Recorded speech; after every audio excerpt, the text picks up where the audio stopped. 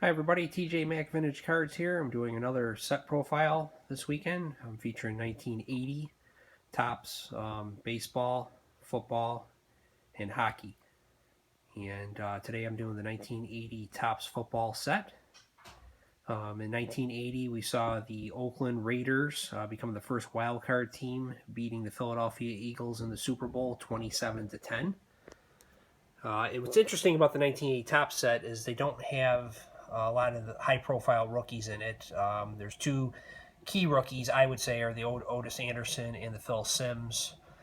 Clay Matthews, the linebacker for the Browns, would be another one if he makes the Hall of Fame. I don't have him profiled here. For those who watch my videos know I do 18 key cards that I decide for each football and hockey set that I collect, and then 30 for the baseball sets. And then for 1980, these are the ones that I've selected. I do have the Otis Anderson rookie and Phil Simms in here because I believe they were very influential players in the NFL, and I believe really that Otis Anderson has a shot, should have had a shot at the Hall of Fame. I don't know if he ever will get in. He had some injuries in the middle of his career, but he was a heck of a running back. I'll talk more about him as we go through. But why don't we just start here, getting a closer look here at the cards. This was, I believe, a 528 card set, which was the norm up in that time until 1982. In 83, they went to the 396 card set through. So through 1982, I believe it was 528 cards. There's Bob Greasy. Ken Stabler in his Oilers uniform. You can see there's still no logos on the helmets during this year. That would not come back until 1982. And there's the NFC All-Pros had the pink lettering, and the AFC All-Pros had the blue lettering. And first player I'll really talk about in this video, I like to kind of profile a few players each video, is James Lofton. He had a 17-year career with the Packers, Raiders, Bills, and then he had a cup of coffee, I guess you would say, with the Eagles and the Rams for one season before retiring. He played for both of them for the same year. I don't even think he played a full season with them. And then he retired. And then when he retired, he had 6 1,000-yard seasons. At the end of the 93 season, when he did retire, he was the all-time leader in receiving yards with 14,004 yards. He still ranks 12th today.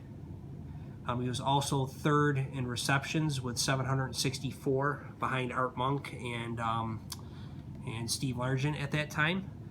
Lofton was extremely fast as a runner. I did look up a little bit on him, and I saw that he ran a race in 1986, a half-mile race against gold medalist Carl Lewis, who was 25 years old at the time, and Lofton was 30, and he beat Carl Lewis in that race. Now, that wasn't typically Carl Lewis's specialty race at that distance, but it's still very impressive that he beat an Olympian.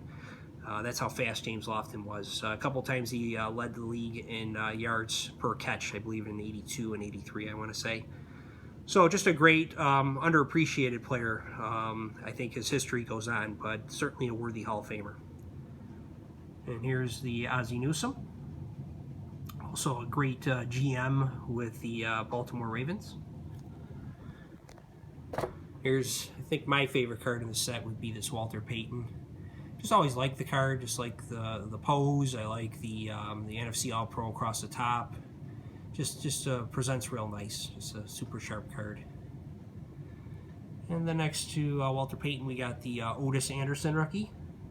And as I said before, Otis Anderson's not a Hall of Famer. However, he was the 1979 Rookie of the Year with 1,605 rushing yards. He was a one-time All-Pro, first team, and two-time Pro Bowler. He won 2 Super Bowls, including the MVP in Super Bowl 25 against the Bills. When he retired in 1992, he was ranked 8th all-time in rushing yards with 10,273 and 7th all-time in rushing touchdowns. As I said before, if not for injuries in the middle of his career, he probably would likely be a Hall of Famer. He was also the 1989 Comeback Player of the Year with the Giants when he ran for 1,023 yards and 14 touchdowns. And next to him, we got Mean Joe Green, Terry Bradshaw, Rookie card of Phil Simms. Jack Lambert. And then moving down, you'll see Tony Dorsett. In 1980, I had some 79 cards, and I remember buying a lot of 81, but I also bought a lot of 1980 cards. It was probably the first year for baseball and football that I bought a lot of packs of cards, and I liked it. I liked the design then. I like the design now. Again, not a lot of high-profile rookies, but I still think it's a sharp set, and as I've said many times, I appreciate all sets for what they are, and this is one I enjoy looking at amongst all the other ones that I have. Nice profile of Steve Largent.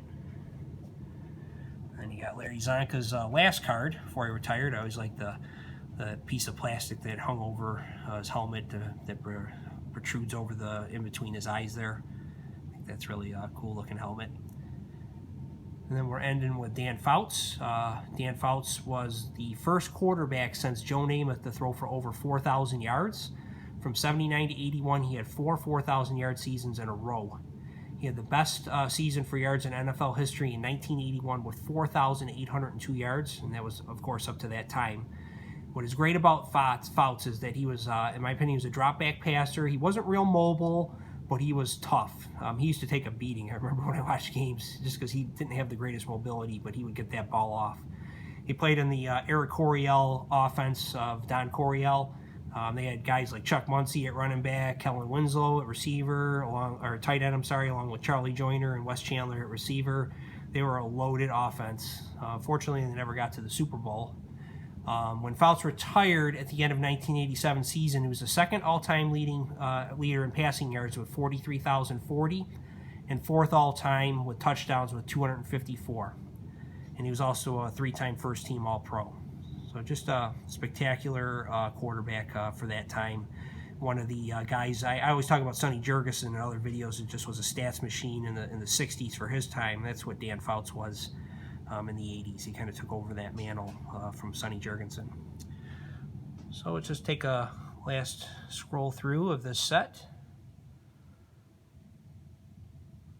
The 1980 Topps football.